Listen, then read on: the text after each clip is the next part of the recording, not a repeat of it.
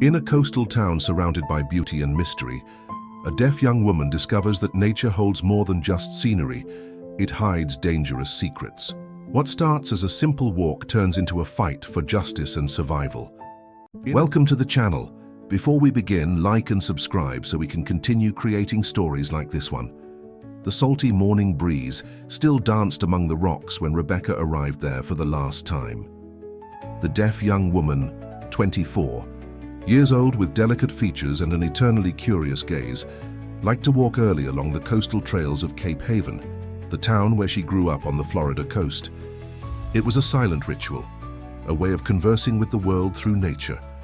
Always accompanied by her faithful rescue dog, Thunder, a golden retriever trained to respond to ASL signs, she found peace on the slopes of Lighthouse Point, where the sea and the cliff met in an eternal dialogue. Rebecca had inherited from her father, Frank Anderson, a retired geologist from ExxonMobil, a love for nature and the rock formations that made that region so special. While most tourists sought only the crystal-clear waters, she knew every stone, every crevice, every secret of those limestone formations that told stories millions of years old. That September morning, however, something was out of place. A black imported SUV parked discreetly near the trailhead, and a well-dressed man observing the horizon with a tense expression. It was a contrast to the colorful t-shirts and flip-flops of the few tourists who got up early to see the sunrise in the region. They didn't exchange words, not even glances, but their worlds were about to collide irreversibly.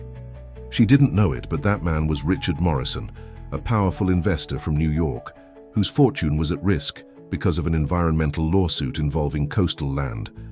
In Cape Haven, the eco-luxury resort and spa project promised to be the crown jewel in his portfolio of enterprises, with oceanfront suites, exclusive beach access, and an estimated investment of hundreds of millions of dollars. Rebecca's father had discovered, during his independent studies after retirement, that the area intended for the resort was geologically unstable, with a risk of landslides that could be fatal to guests and cause irreparable damage to the local marine ecosystem. Frank had compiled compelling evidence that directly compromised the viability and safety of the development. The problem? This evidence was now in his daughter's possession, stored on a flash drive and some handwritten notes, and the judicial hearing to discuss the environmental license would be in 2 days. That clear-skied morning hardly announced the storm that was to come. Rebecca continued on her way along the trail, feeling the vibration of Thunder's steps beside her. The golden-haired dog seemed restless, repeatedly looking back.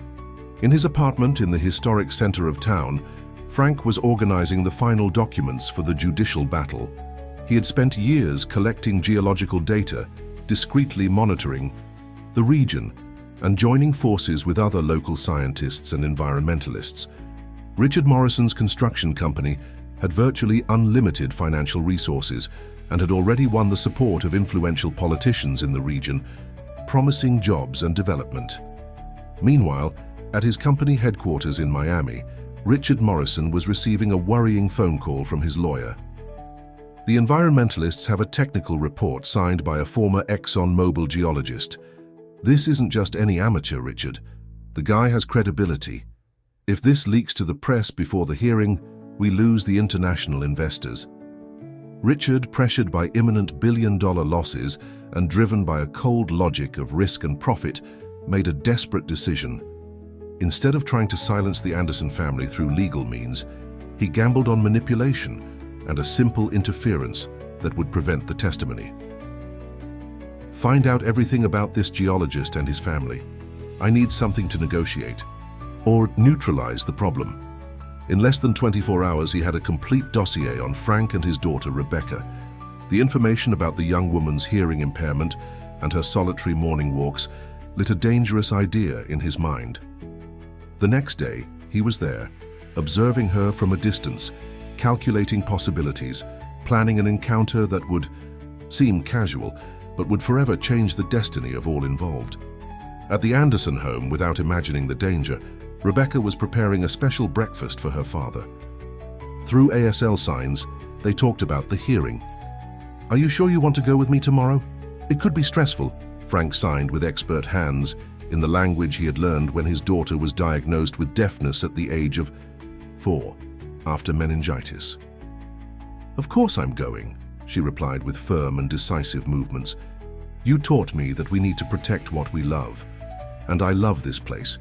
Besides," she added with a smile, "you need someone to organize your slides. Last time you almost projected your shopping list instead of the presentation." Frank laughed, admiring the strength of that young woman who, despite all the obstacles she had faced, maintained a contagious joy. What neither of them imagined was that, while they were planning to defend their paradise, someone was already moving to destroy that possibility at any cost. As night fell on the balcony of his apartment overlooking the Atlantic Ocean, Richard Morrison watched the city lights while slowly turning the whiskey glass between his fingers. On the table beside him, the photo of Rebecca on the trail, captured earlier by his private security guard. "Tomorrow will be a new day," he murmured to himself as his cell phone vibrated with a message from his lawyer. "All set for the hearing. The politicians are aligned." But there was one detail that neither his money nor his power could control. At the Anderson home, lying at the foot of Rebecca's bed, Thunder slept with one eye open, as if sensing that he would need to be more alert than ever in the coming days. The sun had barely appeared on the horizon when Rebecca left for her morning walk. The hearing would be in just a few hours, and she needed that moment of peace to organize her thoughts. Thunder faithfully trotted at her side, occasionally stopping to sniff some plant or rock along the way. The Lighthouse Point Trail was particularly empty that morning.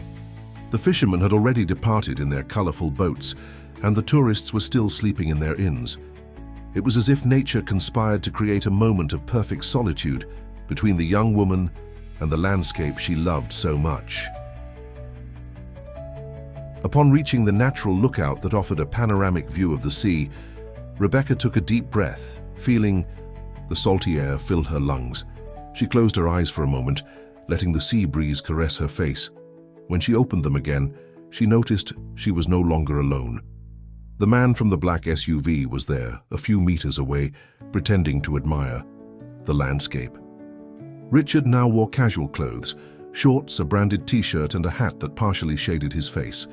He looked like an ordinary tourist, except for the tension emanating from his contained gestures. He approached with a rehearsed smile, gesturing as if asking for information. Rebecca, accustomed to communicating with people who didn't know ASL, took out the notepad she always carried in her backpack. Richard wrote, "Beautiful view. Do you know this region well?" She nodded and replied on the same paper. "I was born here. I know every rock in this place." What Rebecca didn't notice was the calculating look that crossed Richard's face as he read her response. He continued the conversation in writing, asking about tourist spots, restaurants, trying to appear just an interested visitor. Thunder, however, was not fooled. The golden retriever kept unusually close to his owner, eyes fixed on the stranger, body as tense as a violin string about to break. When Richard took a step closer, the dog positioned himself between them, emitting a low growl that Rebecca couldn't hear, but felt through the vibration against her leg. "Your dog doesn't like strangers much, huh?" Richard wrote, backing away. "Slightly." "Strange. He's usually friendly with everyone," she replied, stroking Thunder's head to calm him. The businessman said goodbye shortly after, pretending to head to another point on the trail. Rebecca watched him walk away, intrigued by her canine companion's unusual reaction. She decided it was time to go back. Her father was waiting to review the documents one last time before the hearing. On the way back, she didn't notice that she was being watched from afar through binoculars. 3 days had passed since the hearing that shook Richard Morrison's million-dollar project. Frank Anderson's testimony, complemented by the technical data organized by Rebecca, had been devastating. The environmental license was suspended, and a new round of technical studies was required by the judge, which meant, at the very least, a 2-year delay in the schedule, enough time for international investors to lose interest. In the penthouse he maintained in Cape Haven, Richard paced back and forth like a caged beast. His lawyer was trying to calm him down over the phone. "We can appeal, Richard. This isn't over. "You don't understand," he replied, his voice heavy with contained fury. 2 years is an eternity in the real estate market. The Chinese are already threatening to withdraw their investment. I need a more immediate solution. After hanging up, he stood still on the balcony, observing the same coast he planned to transform into his personal empire. That's when he noticed in the distance a familiar figure walking along the beach. It was Rebecca, accompanied by Thunder. Something awakened in his mind, a dangerous idea that had been growing over the past few days. The next morning, Rebecca resumed her routine of walking the trails. The victory at the hearing had given her a renewed sense of purpose. She followed a less frequented section where the path narrowed between the cliff and the dense vegetation. It was her favorite place, away from tourists and with a privileged view of the cliffs. She didn't immediately notice when Richard appeared a few meters ahead, walking toward her. When she spotted him, it was already too late to divert from the narrow path. "We meet again," he gestured exaggeratedly, trying to make himself understood.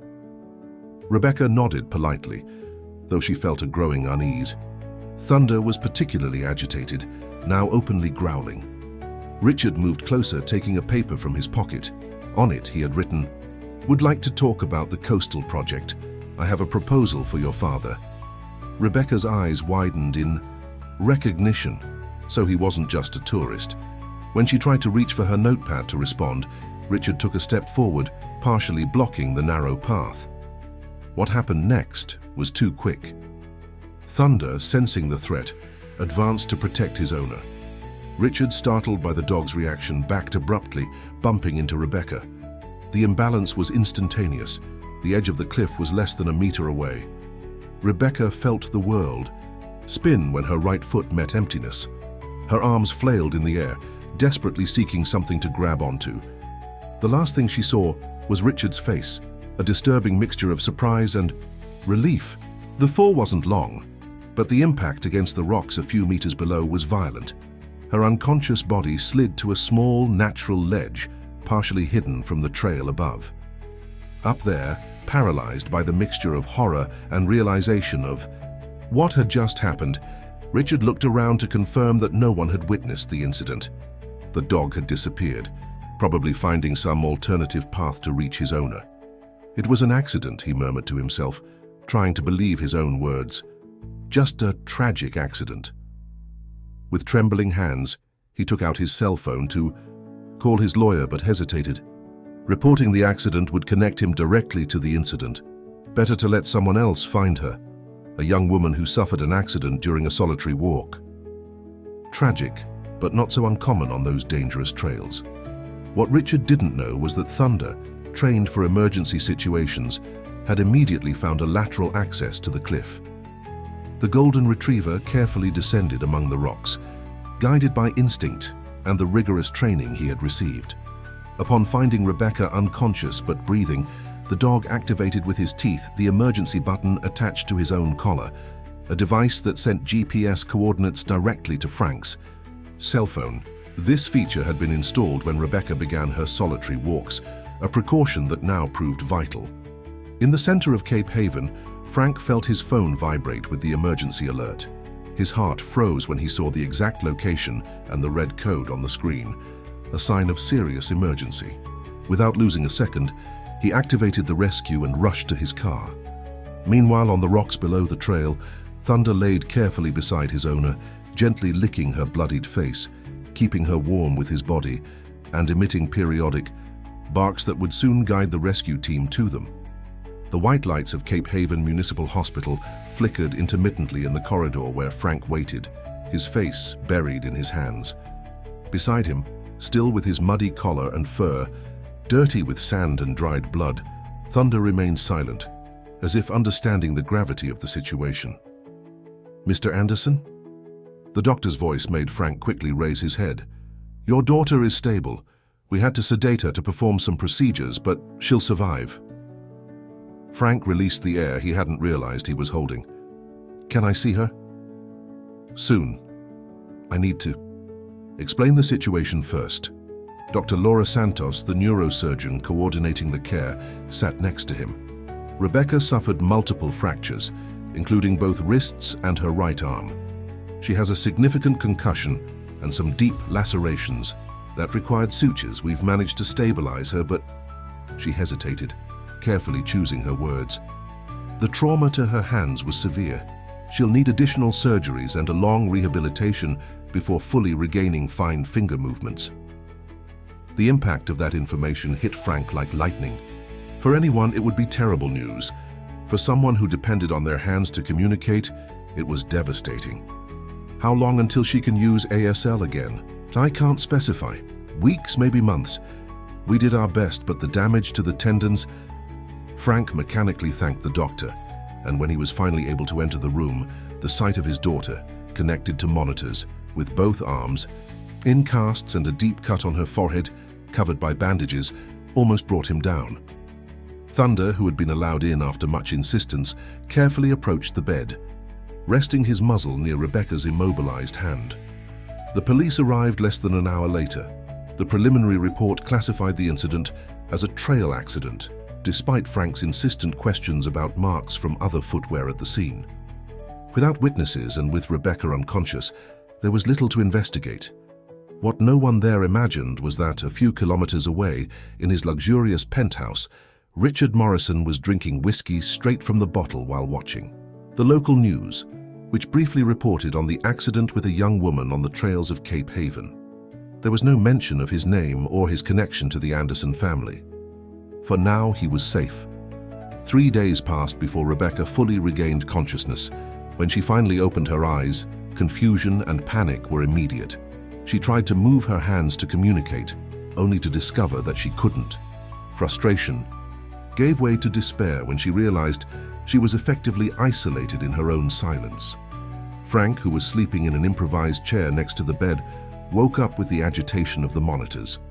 He found his daughter's frightened eyes and tried to calm her, but without sign language, their communication was severely limited.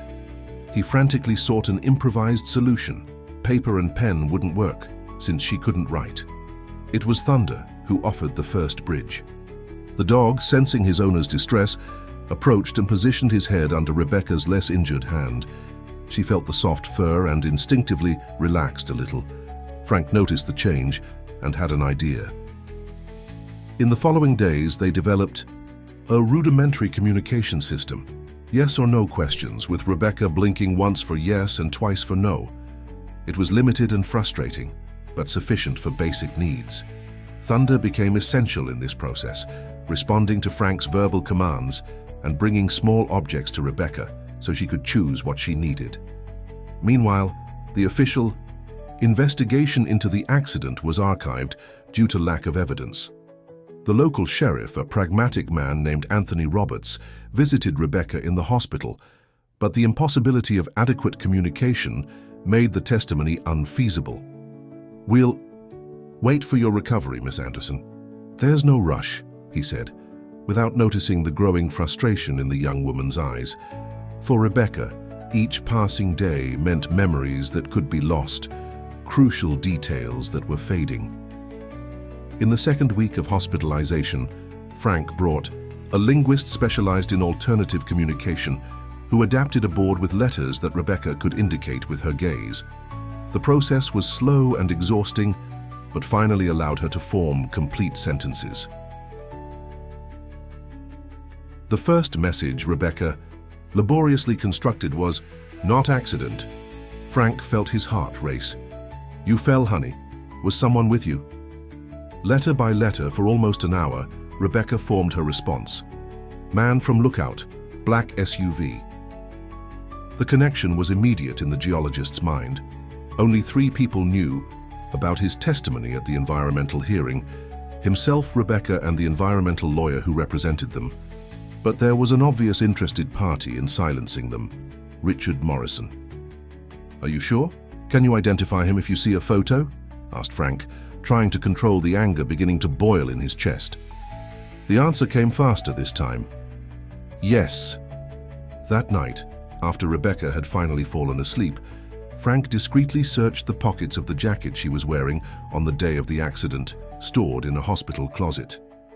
In the inner pocket, he found a crumpled and blood-stained business card. The name printed in gold letters confirmed his suspicions. Richard Morrison, CEO, Morrison Enterprises Group. With trembling hands, Frank photographed the card and put it back.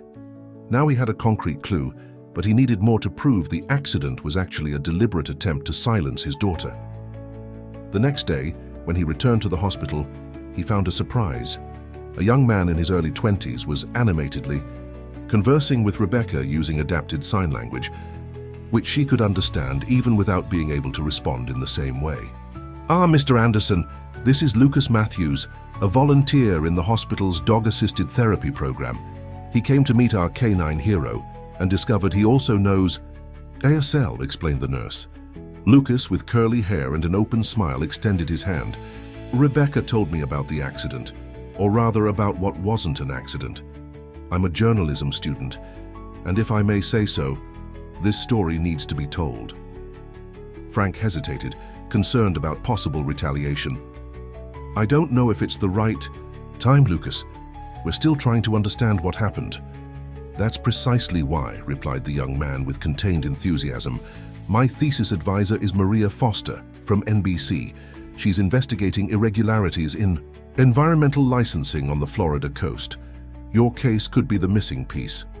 Rebecca made an agitated movement with her head, clearly wanting to participate in the decision. With Lucas's help interpreting her gaze directed at the letterboard, she formed a clear message: "Want justice." Reluctantly, Frank agreed to meet Maria. But before any public exposure, he needed to ensure his daughter's safety and gather more concrete evidence against Richard Morrison. He decided to return to his home office, where he kept backups of the documents on the geological faults in the resort's land. When he arrived home, however, he discovered that his computer had been remotely accessed.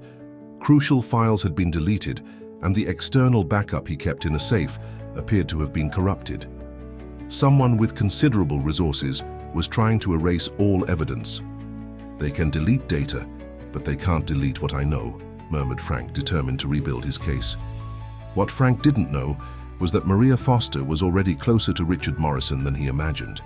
The investigative journalist had received an anonymous tip about irregularities in environmental licensing a week before Rebecca's accident, and her name appeared on a list of people to be monitored, found on the computer of one of Morrison's security guards.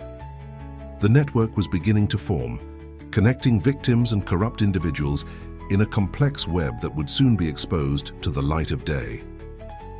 Maria Foster's office at NBC headquarters in Miami was smaller than Frank had imagined, but every inch of the walls was covered with journalism awards and photos with important sources. The journalist in her 40s, known for her investigative reporting on environmental corruption, carefully analyzed the photos of the blood-stained business card. "This alone doesn't prove anything, Mr. Anderson," she said, adjusting her red-framed glasses. "Morrison could claim he gave the card to your daughter on another occasion, perhaps related to the environmental process. Rebecca never had contact with him before," insisted Frank. "And why would she have his card precisely on the day she suffered the accident?" He still avoided using harsher words despite the anger boiling inside him. "I agree it's suspicious, but we need more," replied Maria, typing notes on her computer. "You said you had documents about the geological faults on the resort's land, but they were compromised. Do you have other backups? Anyone else who can confirm your findings?" Frank hesitated. "I have a former colleague from ExxonMobil who analyzed the samples with me, and maybe..." He stopped, remembering something. "Maybe there's still an older backup on an external hard drive I left at my sister's house in Tampa. It doesn't contain all the updated data, but it has enough to confirm the geological instabilities." "Great. And what about your daughter? When will she be able to tell us exactly what happened?" "Physical therapy started this week. She can move her left thumb a little now. The doctors are optimistic, but complete recovery could take months. Meanwhile, she uses the eye gaze communication system, and Lucas Matthews has been helping with interpretation." Maria smiled for the first time since the beginning of the conversation. "Lucas is a good kid. He has a nose for investigative journalism. It was he who alerted me about other complaints against Morrison Group companies in Key West and Sanibel Island. It seems our businessman has a history of controversial projects in preservation areas. The conversation was interrupted when Maria's phone rang.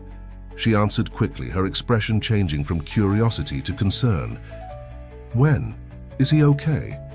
"I understand. Keep me informed." Hanging up, she faced Frank seriously. "It seems your timing is perfect. One of my contacts at the State Environmental Department just informed me that the engineer responsible for the initial approval of Morrison's project in Cape Haven has been removed after an internal review, officially for procedural irregularities. Unofficially, he was found with $200,000 in cash in his car trunk." Frank nodded, the pieces fitting together. "They're cleaning up their tracks." "Exactly. And that means we're on the right track." When Frank returned to the hospital that night, he found Lucas and Rebecca in a silent conversation. The young journalist was interpreting the expressions and minimal signs she could make with her partially functional thumb.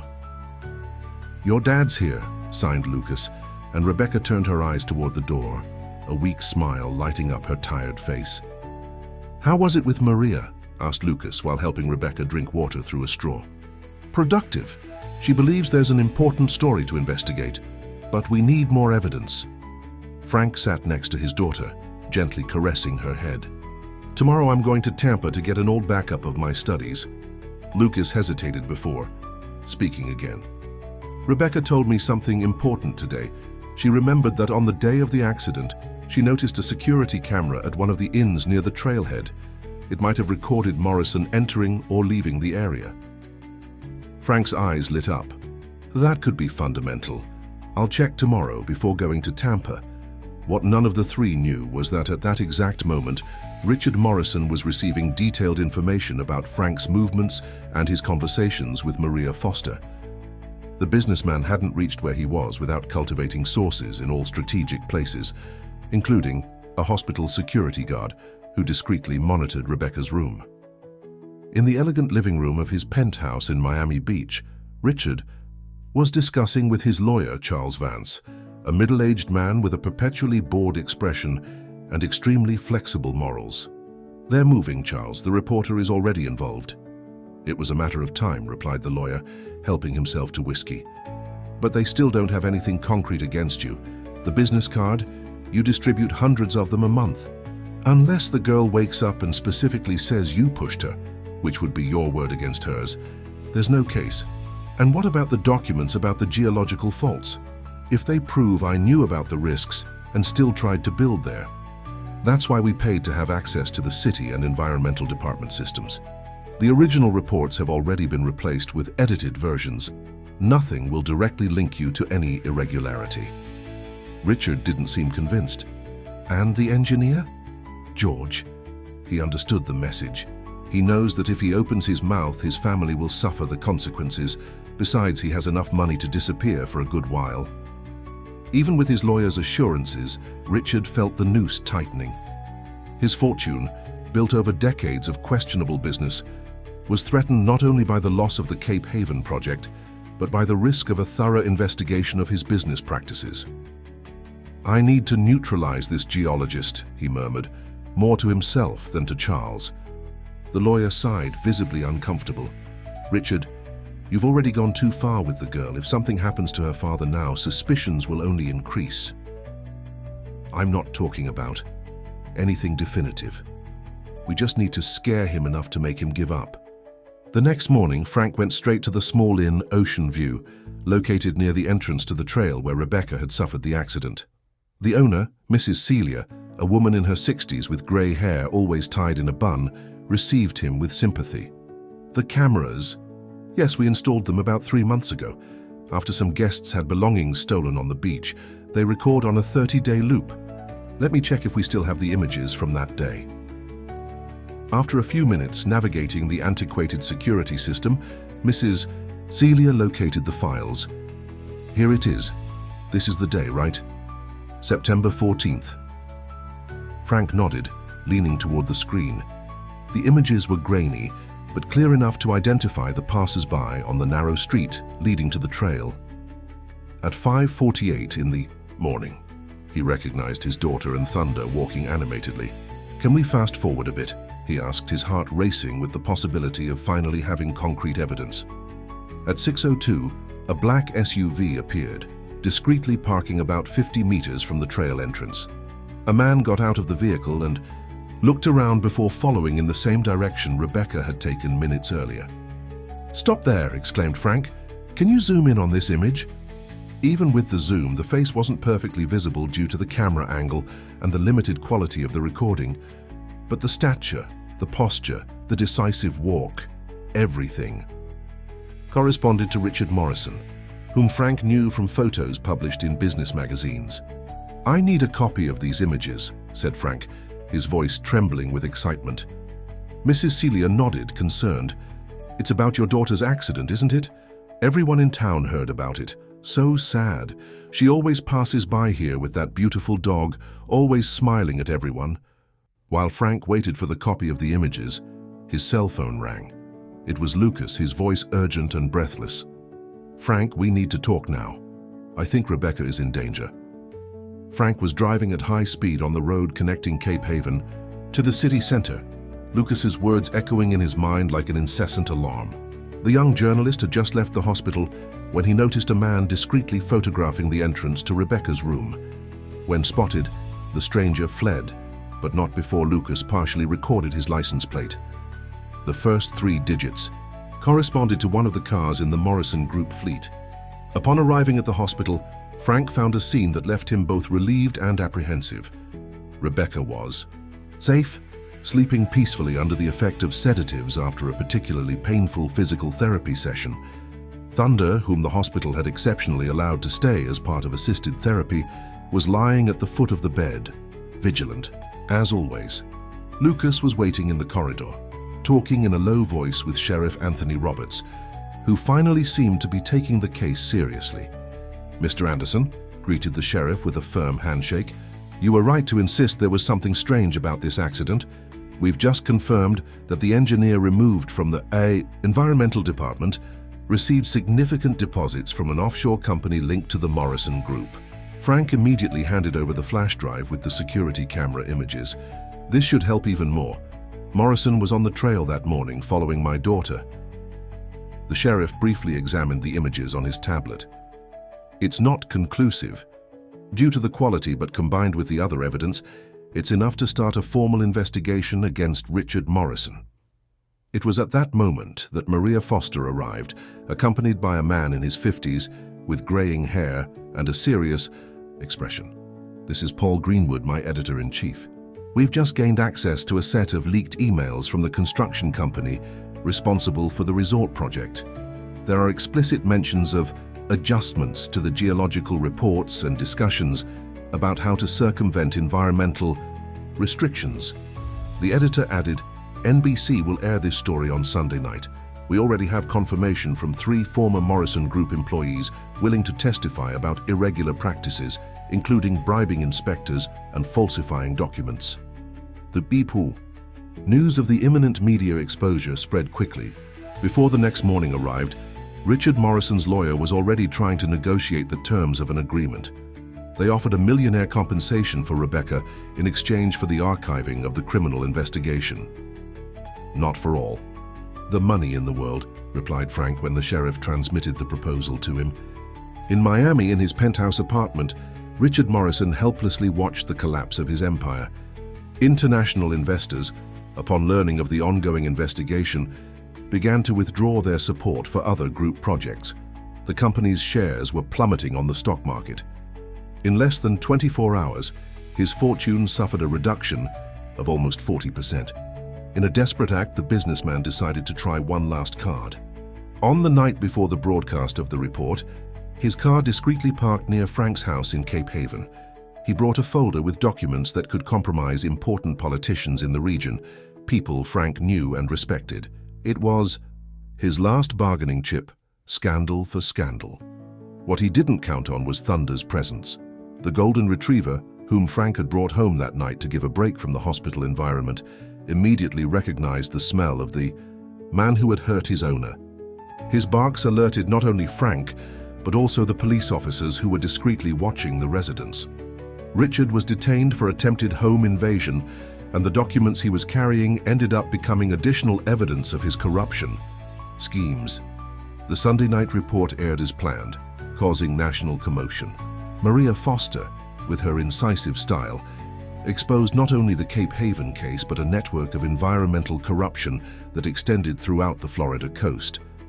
Rebecca's face, smiling in archive photos, contrasted with images of her in the hospital, transforming her into a symbol of the fight against the greed that threatened to destroy America's natural heritage. In the days that followed, new allegations emerged against Richard Morrison.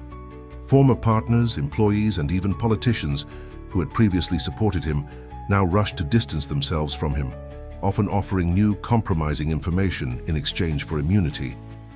Justice was swift. Based on the accumulated evidence, Richard Morrison had his assets frozen and was prohibited from leaving the country while investigations continued. His companies, once symbols of prestige and power, were now associated with corruption and environmental disrespect. Meanwhile, in the hospital, Rebecca was fighting her own battle. Recovery was slow and painful, but the determination in her gaze never faltered. After 6 weeks of intensive physical therapy, she managed to recover some movement in her left thumb and index finger, enough to begin forming basic signs in ASL again. Lucas, who had become a constant presence in her life, worked on an adapted communication system that used minimal movements to form complete words. Together, they began to document Rebecca's entire experience, from the encounter on the trail to the moment of the disguised push. On a particularly significant afternoon, 2 months after the accident, Rebecca asked for a recorder to be brought. With great effort, using the adapted ASL that Lucas had helped develop, she recorded her complete testimony. Each movement cost her physical pain, but the determination in her gaze never waned. "I'm not doing this for revenge," she signed slowly while Lucas translated for the recorder. "I'm doing it because silence cannot be the answer when the truth needs to be told." The video of the testimony, edited with subtitles and narration, was later attached to the criminal case and also shared online, going viral within hours.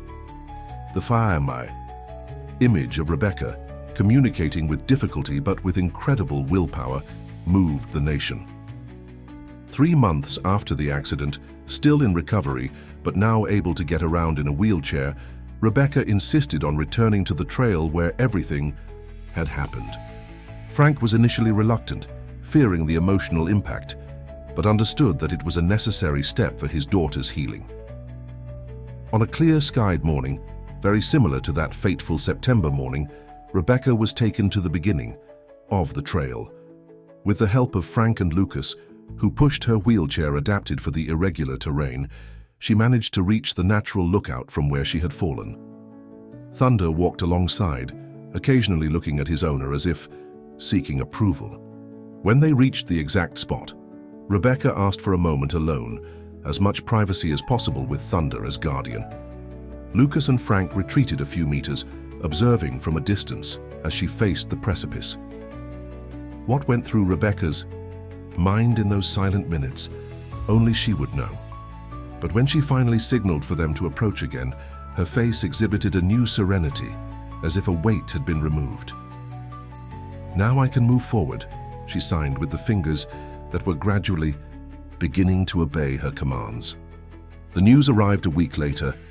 The General Prosecutor's Office had formalized the charges against Richard Morrison: attempted murder, active corruption, falsification of public documents, environmental damage, and criminal association. The sentence, if convicted of all crimes, could reach decades in prison. The trial, held 6 months later, became one of the most mediated in recent American history. The courtroom was packed on the day Rebecca would give her testimony. She had insisted on doing this in person, refusing the video conference option offered by the judge. When the doors opened, a murmur ran through the audience. Rebecca entered, walking slowly, supported by a cane, with Thunder at her side, now officially recognized as an assistance dog. Her arms, still marked by scars, moved with visible effort, but her hands could now form ASL signs with reasonable precision. Richard Morrison, seated next to his lawyers, avoided looking directly at her, keeping his eyes fixed on the table in front of him. The testimony lasted almost 2 hours. With the help of an official ASL interpreter, Rebecca described in detail the encounter on the trail, Morrison's suspicious behavior, Thunder's defensive reaction, and finally, the moment of the push disguised as an accident. Her narrative was precise, without unnecessary dramatics, but laden with an authenticity that impressed even the most skeptical jurors. When questioned about her motivations for facing the entire painful process of recovery and public exposure, her response was simple and powerful.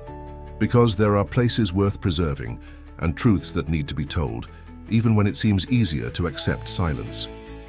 The verdict, announced after a week of deliberations, was unanimous. Richard Morrison was found guilty of all charges. The sentence of 12 years in a maximum security prison was received with restrained applause in the courtroom.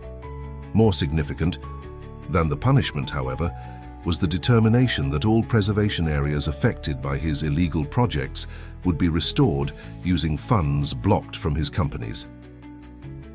1 year after the trial, Cape Haven inaugurated the Rebecca Anderson Ecological Park, a permanent preservation area that encompassed exactly the land where the resort would have been built.